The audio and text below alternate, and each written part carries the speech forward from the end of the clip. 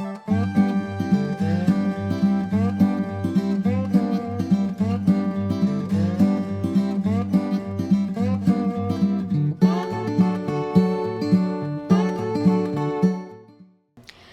માતાજી, હું છું વનિતાબેન ગોંડલિયા રાજકોટથી. મારી યુટ્યુબ ચેનલ વનીની વાનગીમાં તમારું સ્વાગત છે.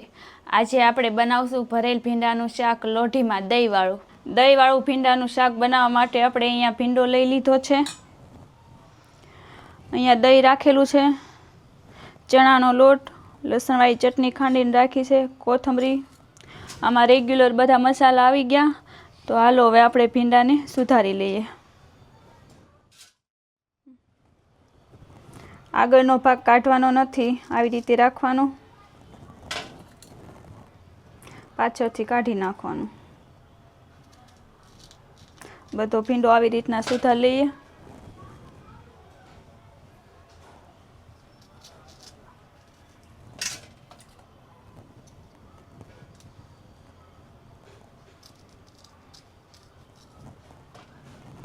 ભીંડો હવે આપણે સુધારાઈ ગયો છે.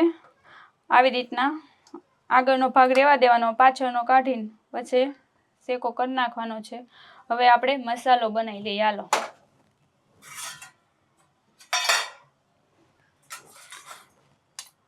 ચણાનો લોટ નાખશું 1.5 ચમચી. ચટણીનો ભાગ વધારે રાખવાનો છે.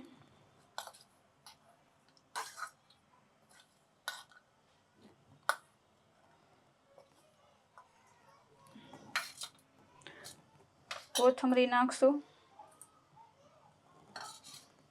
રેગ્યુલર મસાલા બધા લઈ લઈ.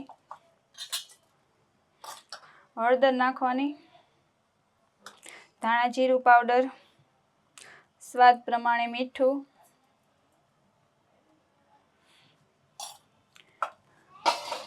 હવે તેલ નાખીએ થોડું.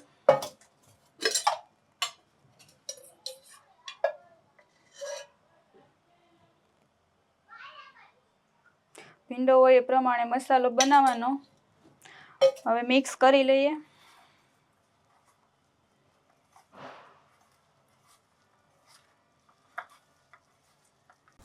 મસાલો તૈયાર થઈ ગયો છે. હવે ભીંડામાં આપણે ભરી લઈએ.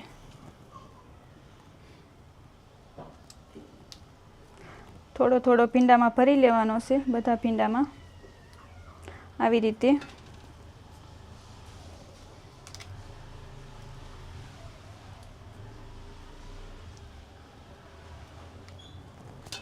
થોડો મસાલો રાખશું, ઉપરથી નાખી દેવું.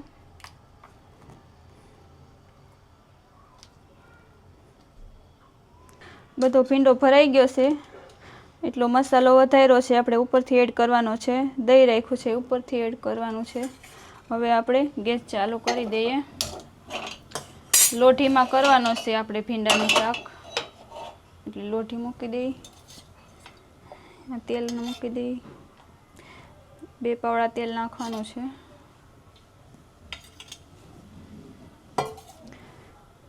તેલ ગરમ થઈ ગયું છે. હવે થોડું જીરું નાખી દઈએ. થોડીક હિંગ નાખવાની છે. પછી ભીંડો નાખી દેવાનો.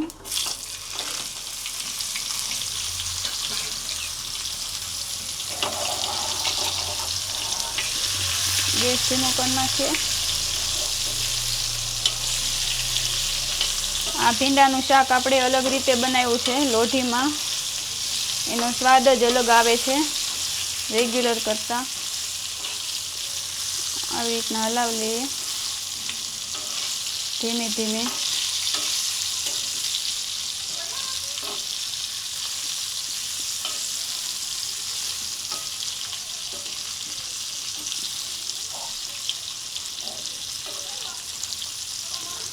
ઢાંકી દઈએ 2 મિનિટ.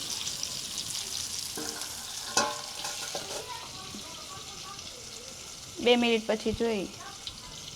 2 મિનિટ થઈ જાય એટલે ભીંડો જોઈ લઈએ, નકર બળી જાહે નીચે.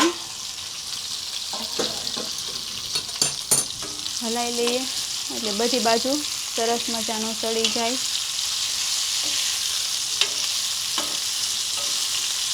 બે ત્રણ વાર આવું કરશું ને એટલે ભીંડો આપણો સડી જશે.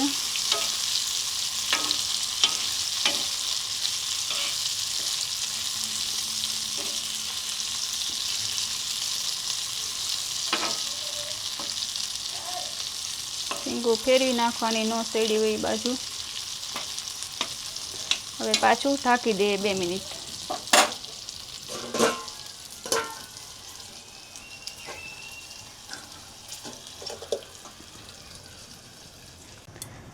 ભીંડો જોઈ લઈએ હવે સડી ગયો હશે, અને સડતા કઈ વાર લાગતી નથી.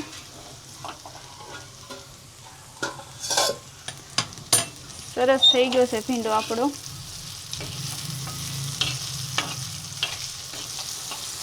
હવે આ મસાલો છે એ ઉપરથી આપણે નાખી દઈએ.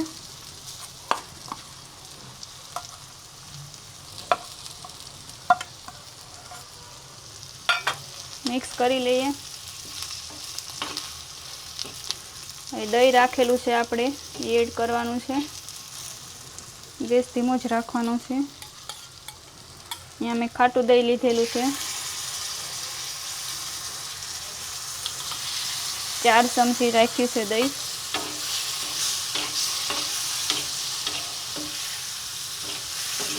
મિક્સ કરી લઈએ.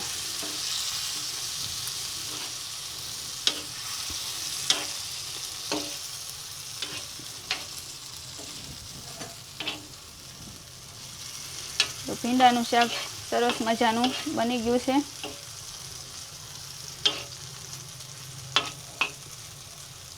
લોઢીમાં ભીંડાનું શાક તૈયાર છે આપણું.